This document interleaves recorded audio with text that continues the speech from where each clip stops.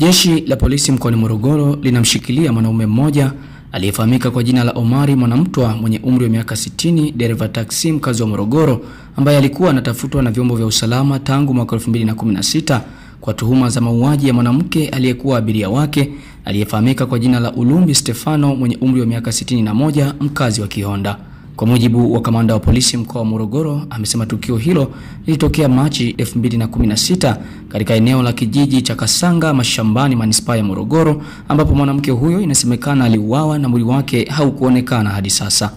Mashuhuda wa tukio hilo walieleza kuwa mwanamke huyo alikuwa na mazoea ya kutumia gari la mtuhumiwa wa tukio hilo kwa matembezi na shughuli zake binafsi kutokana na hali yake ya ulemavu aliyokuwa nayo. Mwanamke huyo baada ya kutoonekana kwa muda mrefu, ndipo baadaye gari lenye namba za usajili T577 AQJ aina ya Toyota Corolla mali ya Hayasa Hashimu lilokuwa linaendeshwa na mtuhumiwa kukutwa limetelekezwa eneo la Msamvu katika kituo cha kuuzia mafuta ya magari. Jeshi la polisi kwa kushirikiana na wananchi wamekuwa katika ufuatiliaji wa mtuhumiwa na mwanamke huyo, ambapo hatimaye mtuhumiwa amekamatwa, lakini hata sasa mwanamke huyo ambaye anafahamika kwa jina la Ulumbi Stefano hajapatikana. Elia Jackson Lupembe, hii ni News Update Media. Taarifa ya kwanza inamhusu mtuhumiwa mmoja aitwaye Omari Selemani Mwanamtwa. Kwa hiyo niseme tu kwamba jeshi la polisi mkoa wa Morogoro ni kweli limemkamata huyu mtu anaitwa Omari Selemani Mwanamtwa. Kwa sasa ana miaka 60. Ila kwa wakati ule miaka 9 iliyopita wakati wa tukio hili alikuwa na miaka 51.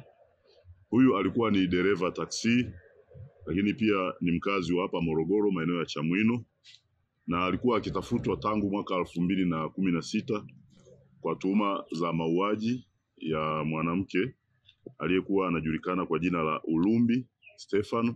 Kipindi hicho anafariki au anapotea alikuwa na miaka 61, mkazi wa Kihonda. Kwa wale waliokuwepo mkoani hapa, huyu bwana mama alitoweka, hakuweza kupatikana kwa kipindi chote hicho, kuanzia kipindi hicho mpaka sasa haikuweza kupatikana, na kini gari ambalo lilimbeba kwa mara ya mwisho lilikuja kuonekana likiwa na damu. Kwa hiyo kaa imesemekana kwamba amekufa. Kwa hiyo tukio hilo ambalo kwa wakati huo lilivuta hisia lilitokea mwezi Machi mwaka 2016 katika eneo la kijiji cha Kasanga Mashambani katika manispaa ya Morogoro, ambapo mwanamke huyo ilisemekana aliuawa na mwili wake haukuweza kuonekana mpaka sasa. Taarifa za mashuhuda wa tukio hilo zilieleza kuwa mwanamke huyo alikuwa na mazoea ya kutumia gari la huyu bwana Omari Selemani Mwanamtwa ambaye mimi nitamuita mtuhumiwa, na alikuwa dereva taxi. Hii gari yake ilikuwa ni taxi, na shughuli zake, na alikuwa analitumia hilo gari kwa shughuli zake binafsi na matembezi kutokana na hali ya yule mama kuwa ni mlemavu wa miguu. Kwa hiyo alikuwa mara kwa mara akitumia taxi kwenye matembezi yake. Baada ya mwanamke huyo kutoonekana kwa muda, ndipo baadaye gari namba T577 AQJ aina ya Toyota Corolla mali ya Mayasa Ali Hashim. Huyu alikuwa kwa sasa ni afisa elimu mstaafu, ni mkazi wa mkoani Tanga, lakini alikuwa akiishi hapa Morogoro. Lililokuwa linaendeshwa na huyo mtuhumiwa ambaye nimemtaja ilikutwa limetelekezwa eneo la Msamvu kwenye kituo kimoja hapo cha kuuzia mafuta ya magari, na likiwa limesheheni damu kama ambavyo nimesema.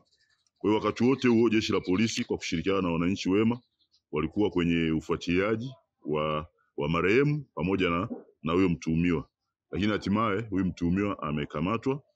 Lakini mpaka sasa Ulumbi Stefano ambaye ni marehemu hajaweza aidha mwili au yeye mwenyewe hajaweza kupatikana. Kwa hiyo hatua mbalimbali za kisheria zinaendelea kukamilishwa kwa ajili ya maamuzi, kizingatiwa kuwa gari la mtuhumiwa lilikutwa likiwa na damu inayodhaniwa kuwa ilikuwa ya Ulumbi Stefano. Kwa hiyo hapa mchakato wake ni mrefu kidogo wa uchunguzi, na ndicho hasa kinachosubiria. Huyu mtu tunaye, nafanya naye mahojiano na kamilisha uchunguzi wa tukio la mauaji. Unajua kitu kimoja hapo ambacho kinathibitisha shtaka la mauaji huwa ni mwili wa mtu ambaye anasemekana amekufa.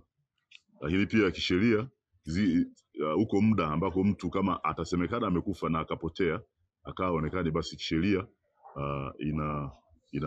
inaweza ikathibitika kwamba huyu mtu tayari amefanya nini, amekufa. Kwa hiyo sisi ni wachunguzi tu. Kwa hiyo tunachokifanya ni kuwaonisha haya mambo, na baadaye vyombo vingine ambavyo vinahusiana na kijinai especially kwenye kutoa maamuzi hayo either ashtakiwe asishtakiwe vitatoa maamuzi yake baada sisi kuwa wafikishia taarifa ya uchunguzi wetu.